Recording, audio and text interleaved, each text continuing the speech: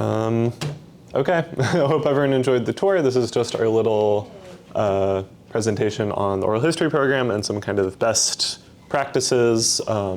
So like I was saying before, not everything in here might be applicable to what you're doing, and I hope we can just like kind of discuss and figure out what's the best approach for your project. So yes, the Sam Proctor Oral History Program, named for Samuel Proctor, who's in the middle, who established it. And then when it was passed to Julian Pleasance, it was named the Samuel Proctor Oral History Program. And soon we'll have to add another face to this slide in August, which is very exciting. My name is Ronan. As I was saying before, I started at SPOHP as a volunteer on the Mississippi Freedom Project, which was kind of a long-running summer, week-long oral history fieldwork kind of expedition out to the Mississippi Delta. And I didn't know anything about oral history. Just a friend of mine was like, "Hey, this is free. Do you want to come? Like, you just pay for food." And it like changed my life, low-key. And I was lucky enough to get a paid position as like a student staff member in the fall after that, and then stuck around for a few years. And then I stepped out while I was doing my master's program for a TA-ship, and then I came back this summer because I was offered a position as the coordinator for the Underground Railroad Oral History Project, which is a grant from the National Park Service, their Network to Freedom program, which is about preserving the Underground Railroad, and they've had us do interviews with people who are the descendants of those who were involved with the Underground Railroad, which has been a very cool project. We're going to hopefully resume doing interviews in the summer and the fall. It is through the federal government. We do have our questions about how that's going to go, but we haven't heard anything yet, so we're just going to keep doing our thing, hopefully. So, oral history, defined by Valerie Yao, who's like one of the biggest contemporary scholars of oral history. That can refer to the recording itself when it's done, a transcript of the recording, or in-depth interviewing just as a research method broadly. Very good. Oral history is made unique by, everything on that table that I handed out already, but also essentially that's this very in-depth personal account of one person on their reflections from their perspective.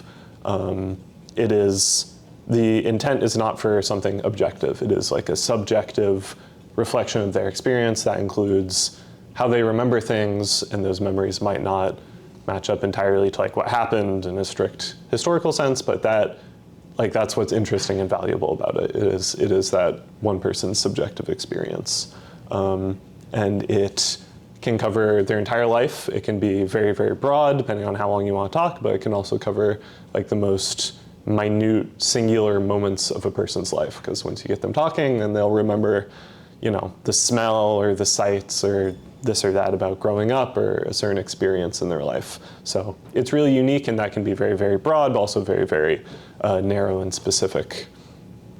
And reflections on how things are remembered. Everyone got that? Advice from Dr. Ortiz. A lot of this is on a handout, or at least paraphrased on a handout that I'll give you all as a souvenir. But be flexible. Every interview is unique. I'm going to be giving our perspective or our way of doing things, but that's not the only way to do things. When you go into it, just be ready to improvise. Be aware of your personal biases. When you're talking to someone, they are never going to have the exact same worldview as you, and they might say things that you disagree with or even really don't like, but it's not really your job to contest that. Your job is to be an active listener and to ask good questions and just kind of be with them there in the moment. So you kind of have to put that aside a little bit, but it is still, it is a balance, because it is still about making a personal connection. So you're not turning yourself off completely, but find a way to make it work, I guess. Build trust with the community that you're working with. And this is where I am curious about y'all's project specifically. Have you already talked to the people that you're going to be interviewing in? Okay, there's just you, Dr. Hernandez, or the students as well? Kalai able to join that initial trip. So myself, and 2 other members of like the senior research team, and Calliope, we met with 2 of the folks that we're conducting oral histories with. And then yesterday I talked on the phone with another 2, which are the people from Optimalite. I finally got to talk to them. So yeah, there's been some initial conversation. Okay, that's awesome. That is what we suggest. You never want to like, the first time talking to someone should not be sitting down with them with a recorder in their face. Right. So that's good. And yeah, essentially you're emphasizing the narrator's voice, as we were discussing before. Keep your questions simple. It's not about asking like the smartest, most well-informed question. It's about establishing a rapport and a dialogue and letting memories kind of come out that way. The oral history interview is an intense and personal search to learn something about the history of human striving and endurance. This is something that's special about oral history, is that it captures these things that are not otherwise always going to make it into the archive of working people, of women and minorities who don't have access to the same institutions. But it's a way to capture those stories and how they've managed to live and survive, essentially. The success of the interview depends a great degree on the amount of trust and understanding the interview is able to create with the narrator. Courtesy and empathy are part of this process. The trust thing, I think, is especially important, that we are coming from the University of Florida, like the flagship research institution of UF, that especially here in Gainesville has a somewhat testy history with like the community and people around Alachua County. So some people are distrustful when you show up like in a polo shirt with like a logo on it, and you have like, you know, all your fancy equipment, or you're putting a camera in their face. That's something that we have for a long time tried to do, is to establish relationships broadly with whole communities where we are not just showing up to like extract data and do these interviews, but trying to show up in other ways, film community events, which is something that Deborah is always out doing and is very good at, and trying to create some kind of reciprocal relationship to show that our interests are intertwined and we can help each other out, and we are not just like UF like minions or something. So that might be less of a concern in Miami, where maybe the history is different, but it's still something to think about, just the way that you are being perceived by the people that you're talking to, and how you can, build community and build trust with them. Part of that also is being very transparent about what you're doing, what this project is, how it's funded, what the product is, the end product is going to be. Like, where is this person's voice going to end up? Can they have a copy of their interview or of the final project? How will they be able to see it? So that transparency is very essential. Advice from Deborah. Oral history is a collaborative creation. It's not just taking something from someone, but it's built through that kind of intersubjective dialogue. It's not about studying people, but it's about learning from people. It's about listening much more than talking. And you let people teach you. So expect that you have a lot to learn from the person talking to you. Is essential. 8 steps. This is also paraphrased on a handout I can give. I feel like you guys are probably like between here and there at this point. I don't know how much research has been done. Preparatory research is very important, because like that's a way to show respect for someone when you go to talk to them, that you know where they're coming from, you know a little bit about the work they do, the community that they live in, but you also don't want to be like a know-it-all and like injecting all this stuff that you've been reading into your conversation. So just know enough to know what they're talking about and be able to ask good follow-up questions. And then we'll talk about equipment a bit afterwards. Oh, wait, was there anything else? Yeah, and think about permanent access and how you can give a copy of whatever you're doing to the people that you work with, and how it will be available to like them and their community and people more broadly. Eye contact again, a lot of this stuff might seem obvious, but still kind of bears saying and repeating. Lean in, interactive listening, follow-up questions. Like you should go in with like a question guide based on your research and what specific information you want to kind of get out of someone, but you should also be like on your toes and ready to ask follow-up questions, and like pay attention and be ready to do that. Take notes, but also explain why you're taking notes, because it can be intimidating for someone to be like staring at you and like scribbling down every word that you're saying. So just say that, you know, it's a place for you to record questions that you might ask or little details. Don't talk over people or finish your sentences. And even when someone stops talking, give them a second and make sure that they're not just pausing to reflect or thinking or getting emotional about something. You don't want to interject or jump in. Just sort of create some space and respect that silence before you go to ask your next question.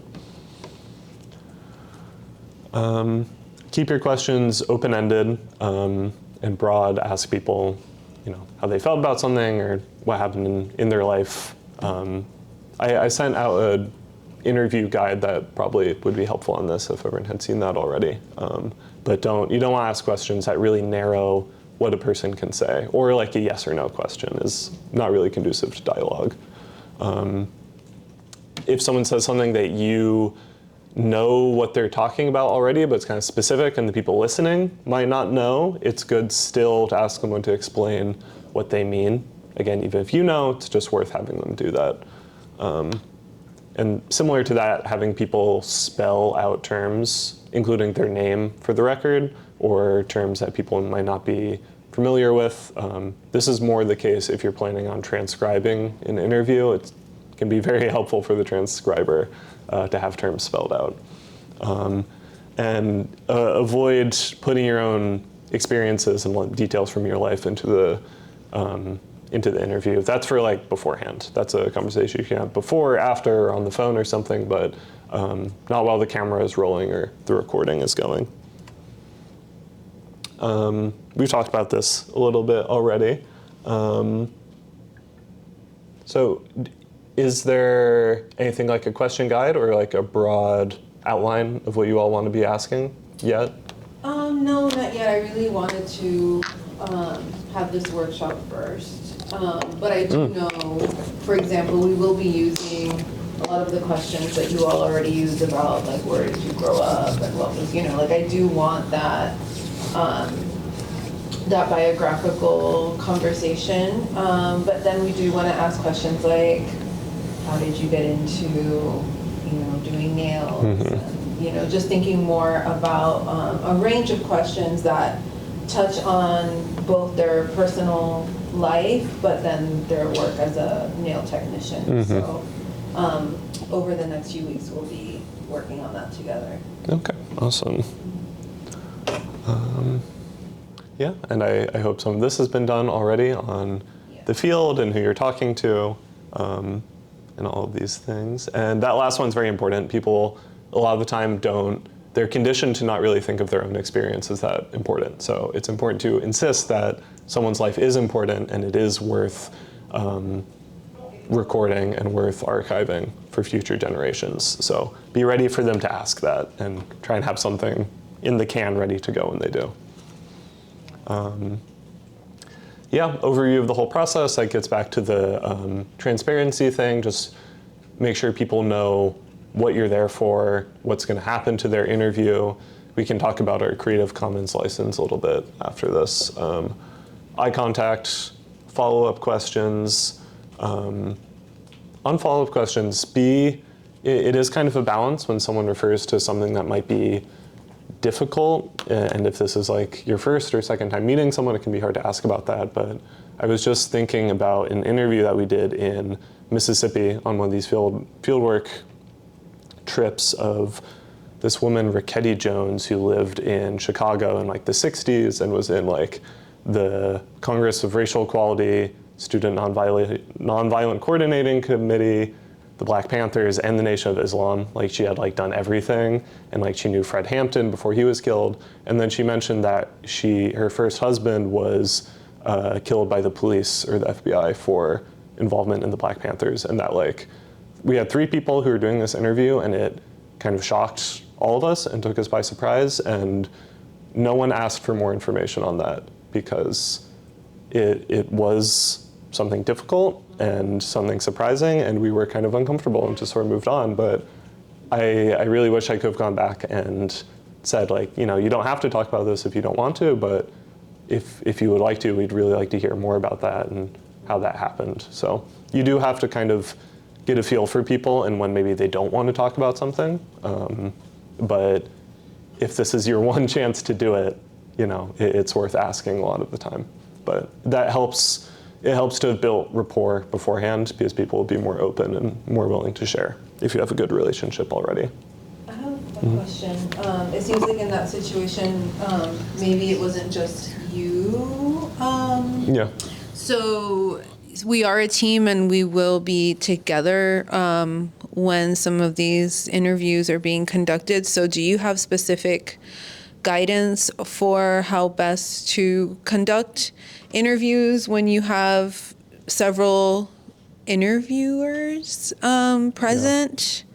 That would be helpful. Yeah. That can be something that's intimidating also. It can feel like a job interview if you have like 3 people sitting in front of you. Usually it's good to pick someone to be like the interview leader who like does the introduction, asks the first question or 2, and then after that maybe you pass the mic back and forth and you can take turns asking questions. I like having multiple people do an interview because it can be very exhausting to talk to someone and like be very engaged for a long time. So it is made easier to have multiple people. But if everyone, you know, is comfortable in that and the person that you're talking to is comfortable, it's not especially different, but it's probably better. It's a good way to approach that's really it. cool to know. I would not have assumed that, so that's great. Okay.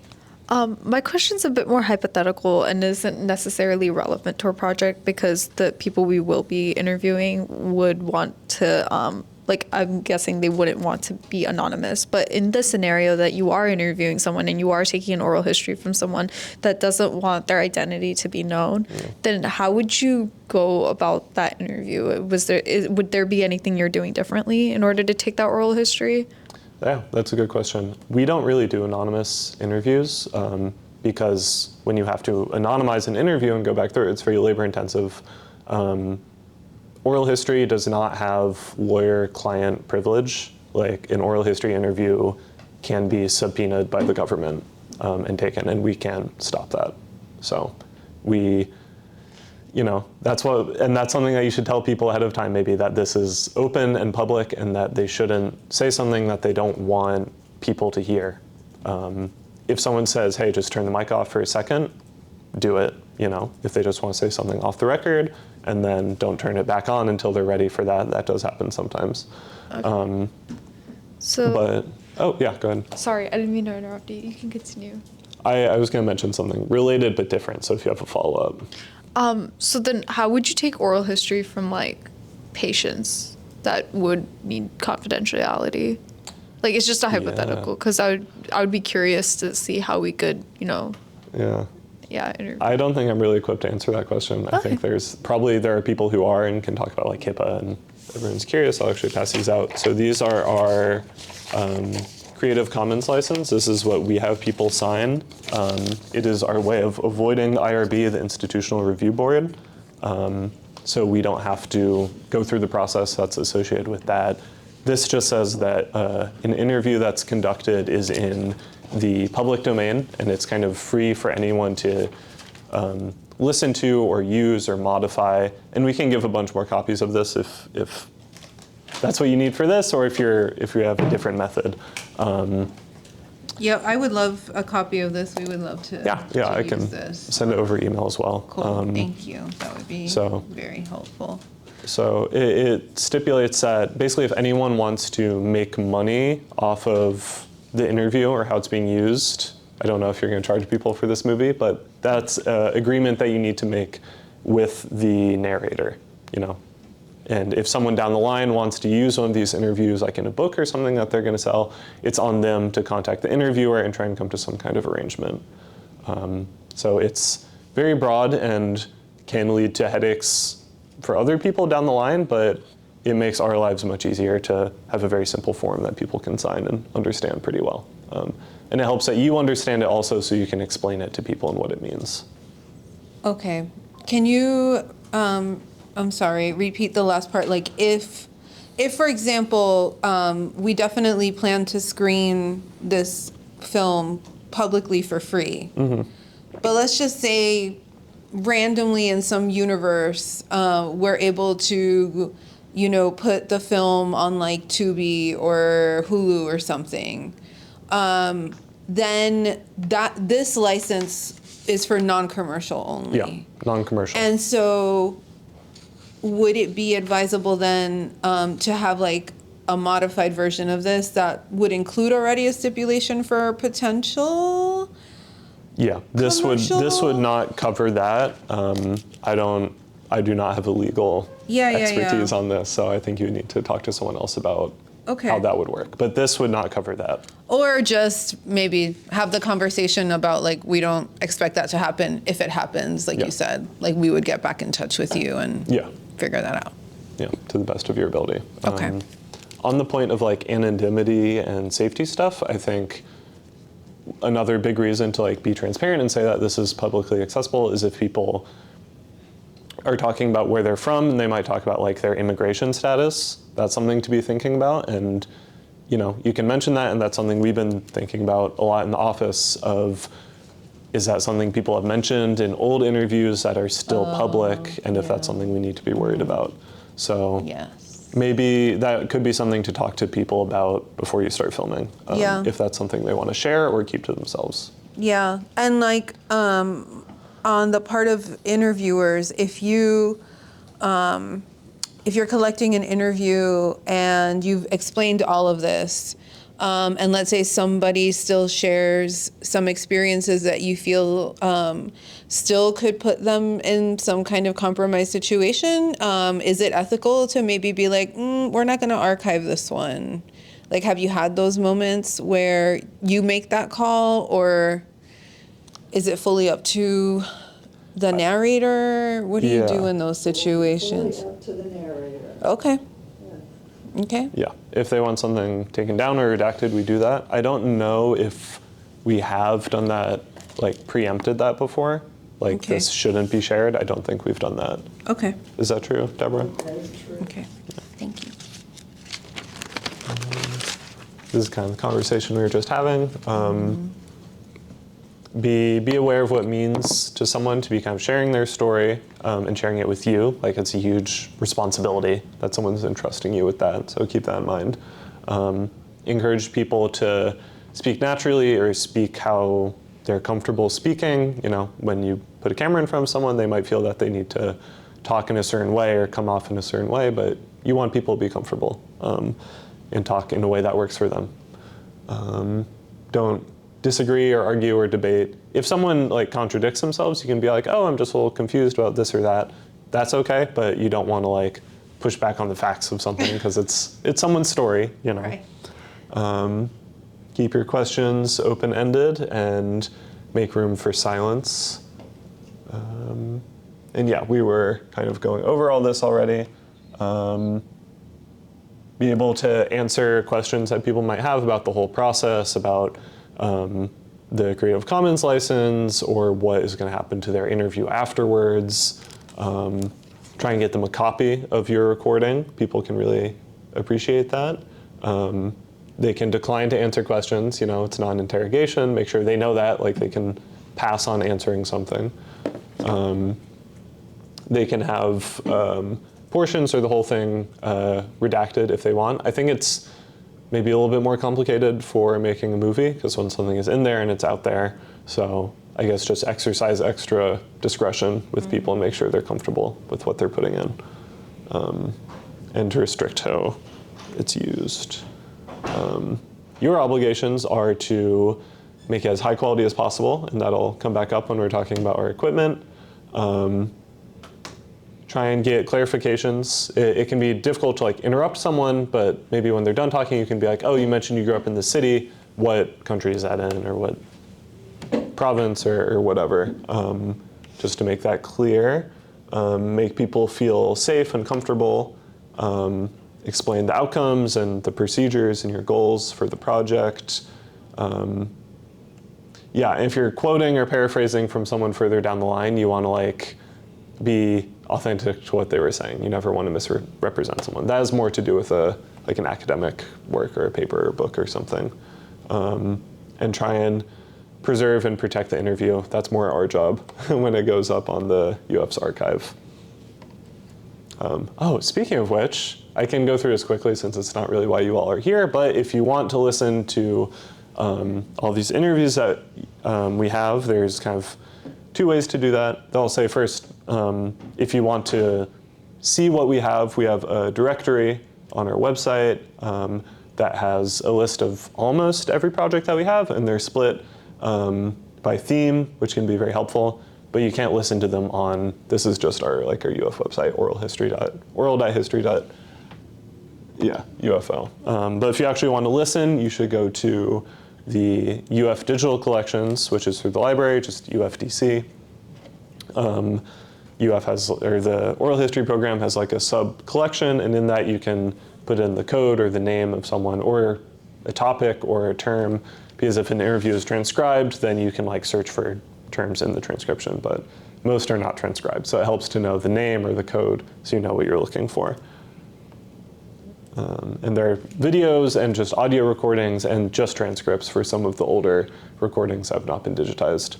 And we also have a YouTube page. Stuff generally goes on here much sooner than it goes on the UFDC because it's a lot easier. But this is not permanent. We don't know what's going to happen to YouTube like tomorrow. So this is just for the sake of accessibility, basically. And that's my presentation. Thank you guys.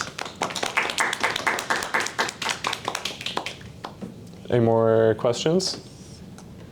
Maybe some questions about space. What kinds of spaces have you filmed oral histories in, and what would be like the best type of space, physical space, for filming them? We're thinking about the potential of doing some like in a nail salon, but there's so much sound. Yeah. So that's probably not the best idea. That might be more of a B-roll situation. So yeah, just anything around maybe experiences you've had in different kinds of spaces and how you mitigate for different sound issues. Yeah. You know, you go to the interview with the equipment you have. So these microphones are pretty good. But if you're in a very noisy room, there's not really much you can do about that. Right. So I don't know. I guess it would depend on the space of like the nail salon and how quiet it would be there. You can always just go and get like B-roll of people at work and have like a short conversation with someone while they're working. But I think for an in-depth interview, you're better served by trying to find a quiet space of someone's home or a hotel or local libraries. A lot of the time we'll have like a quiet space that you can ask to reserve, just like a little kind of meeting room. Yeah, if you're in Gainesville, I would say you can come here and use one of our rooms, but otherwise in Miami, that might be a little tougher. Yeah, we do plan to collect here though, so that's good to know. Okay, yeah, awesome. We have our little seminar room at the front is always available for that. Cool.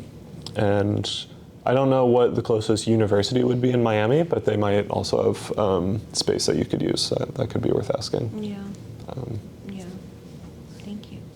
But a while ago, we went to Waldo because they were having like a homecoming anniversary celebration, which was, of course, in this park that's in between like the highway and a train track. Oh, so, I think I know the area exactly that you're talking about. Yeah. So it was pretty loud. Interesting. Yeah. The Hawthorne. Any questions, y'all?